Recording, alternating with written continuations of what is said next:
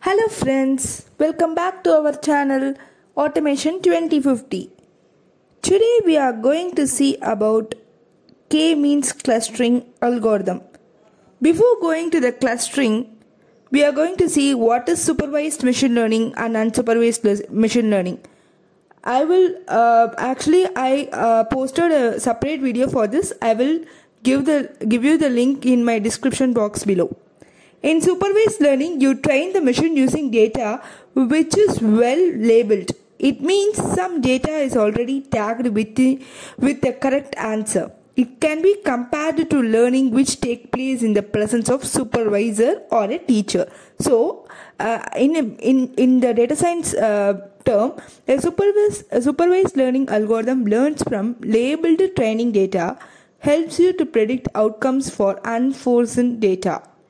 Successfully building, scaling and deploying accurate supervised machine learning data science model takes time and technical expertise from a team of highly skilled data scientists.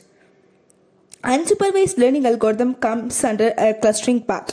Unsupervised learning algorithm learning is a machine learning technique where you do not need to supervise the model compared to the supervised learning. Although unsupervised learning can be more unpredictable compared with other natural learning, deep learning and reinforcement learning techniques. Why unsupervised learning algorithm? I will tell that also, guys.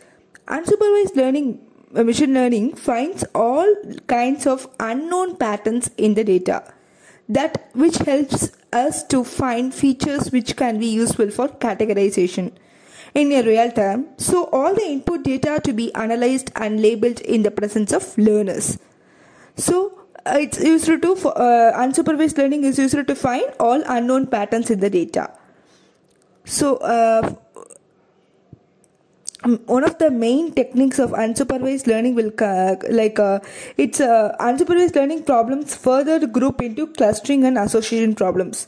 For example, if tomato, potato, onion, turmeric, mushroom, everything were mixed in a sample, we have to categorize into a cluster or a group.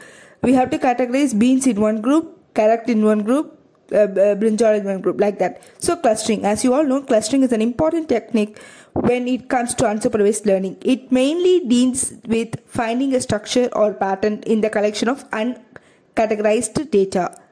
Clustering algorithms will process your data and find natural clusters or groups if they exist in the data. Now we are going to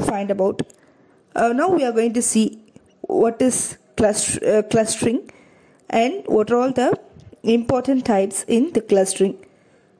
Okay, let's kick off with a sample example. A bank wants to give credit card offers to its customers. Currently, they look at the details of each customer and based on his information decide which offer should be given to which customer. Now, the bank can potentially have millions of customers. Does it make sense to look at the details of each customer separately and then make a decision? Certainly not. Why? Means it is a manual process and will take a huge amount of time. So what then will the bank do? One option is to segment its customers into different groups. For instance, the bank can group the customers based upon their income. Can use, like for example, low income, average income, high income. So these groups it's like process of creating this group is called clustering. It's dividing the entire data into groups based upon the patterns in the data. So how is clustering an unsupervised problem? We can ask that. So whenever we can have a target variable to predict based on a given set of predictors or independent variables, such problem are called as supervised learning problem. Whereas such problems without any fixed target variable are known as unsupervised learning problem. There won't be any fixed target variable. In these problems, we only have the independent variable and no target or dependent variable. In clustering, we do not have a target to predict. We look at the data and then try to club similar observations and form different groups. Hence it is called as an unsupervised problem. So in k-means clustering, so I will tell you the if you want, I will tell you the properties also. Okay. Okay. We have finally come to k-means clustering. So this algorithm tries to minimize the distance of the points in a cluster with their centroid. So the main objective of k-means clustering is a centroid-based algorithm or a distance-based algorithm where we calculate the distances to assign a point to the cluster. In k-means, each cluster is associated with a centroid. The main objective of the k-means algorithm is to minimize the sum of distances between the points and the respective cluster centroid. If you look at step 1, step 2, step 3, step 4, you can definitely get some idea. We have for example, choose the first step is to choose the number of clusters k. So before going to that, I will tell you what is k-means. So what are all the types of algorithm? So clustering techniques, as we are going to identify groups of similar objects in a multivariate data sets. So there are lots of clustering technique: partition methods, hierarchical clustering, fuzzy clustering, density-based clustering, model-based clustering. So partition methods will include k-means, PAM, and CLARA. So we are going to see about k-means clustering. So it's one of the unsupervised learning algorithms that solve well-known clustering problem. So the procedure follows a very simple and easy way to classify a given dataset through a certain number of clusters, assume k-means, fixed a priori. The main idea is to define k-centers, one for each cluster. This cluster should be placed in way because of different locations. So the main thing is, a cluster refers to a collection of data points aggregated together because of certain similarity. So now I am going to clearly explain how k-means work. Step 1 is to choose the number of clusters k. The first step in k-means to pick the number of clusters k. Step 2 is to select k random points from the data as centroids. Then step 3 is to assign all the points to the closest cluster centroid. Step 4 is to recompute the centroids of newly formed cluster, and step 5 is to again repeat the step 3 and step 4. And then at last, stopping criteria for k-means is the centroid of newly formed cluster do not change, points remain in the same cluster, maximum number of iterations are reached.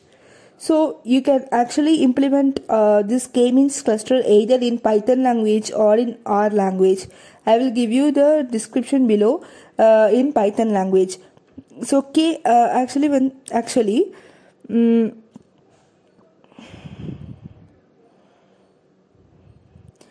how the k-means clustering work? If someone will have a thought to process the learning data, the k-means algorithm in data mining starts with the first group of randomly selected centroids, which are used as the beginning points for every cluster, and then it will perform iterative calculations to optimize the positions of the centroids. That means the centroids have stabilized, there is no change in the values because the clusterings were successful and the defined number of iterations have been achieved. So these are all the two techniques. So then after that, what we have to do is,